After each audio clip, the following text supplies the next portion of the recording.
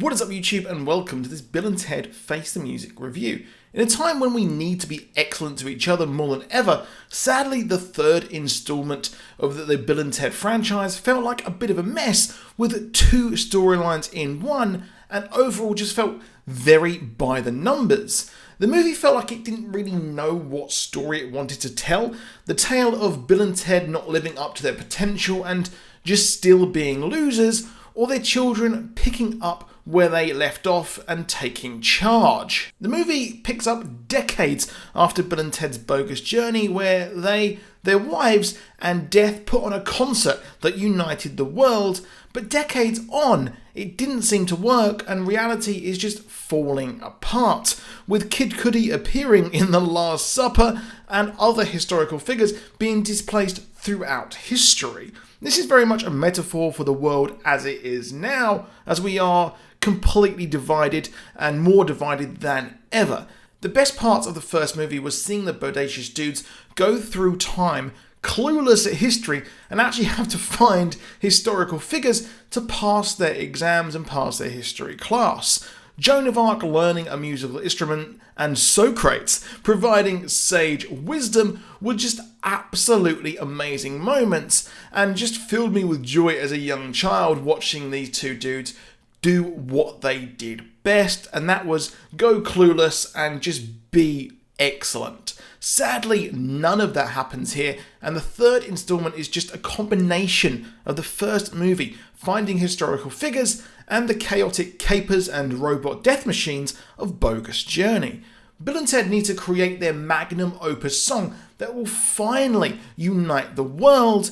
Meanwhile, their children see their father take into the future and decides to try and fix this and help them find the song that they need to write and go through time to try and get the biggest and most talented band together. We see them get Louis Armstrong, they get as well Mozart and also Jimi Hendrix, and it made me think I would have actually loved to see this movie where it's just the kids going through time to try and save their father. It would have been a nice take and something a bit new, and this is where the problem lies. They seem to be trying to make two movies in one, which are both twee and just as wholesome as the first two, with the sweet innocence, but it almost feels a bit pointless as the daughters following their footsteps and trying to save their legacy as they believe in them when no one else does is a story we don't usually see. It's usually the dad who is a loser, and the kids think this, and they have to be forced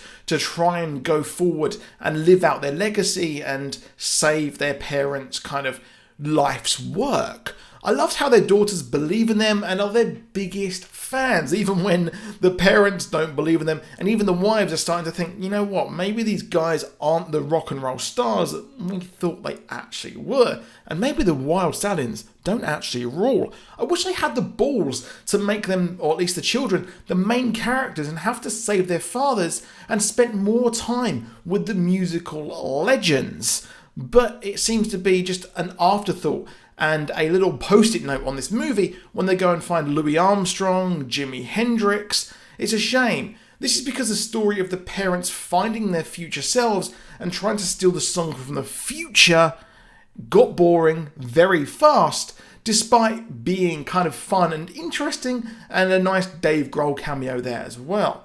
I feel like Keanu Reeves and Alex Winter didn't have the energy to replicate what made the originals so great.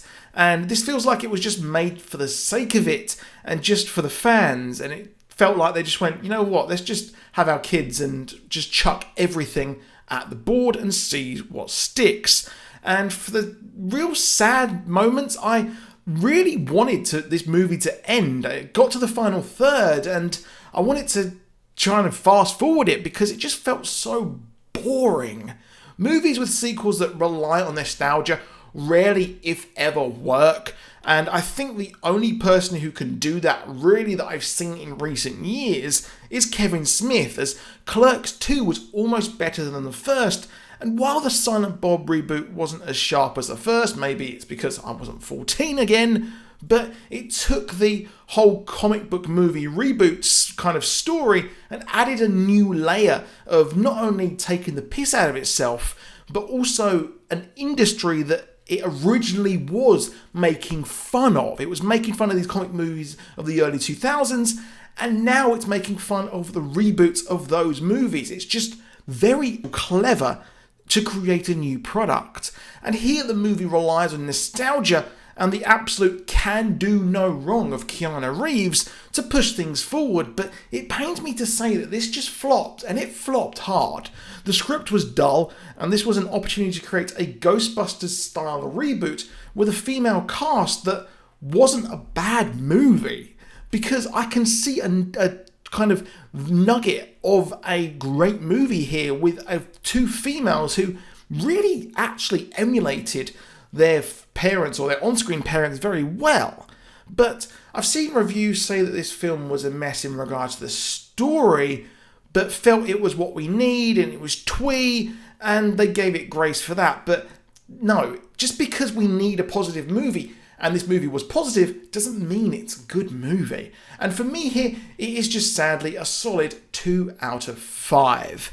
So I'm sorry to be negative here, but unfortunately, I'm not going to lie to you. If I don't like a movie, I'm going to say I don't like it.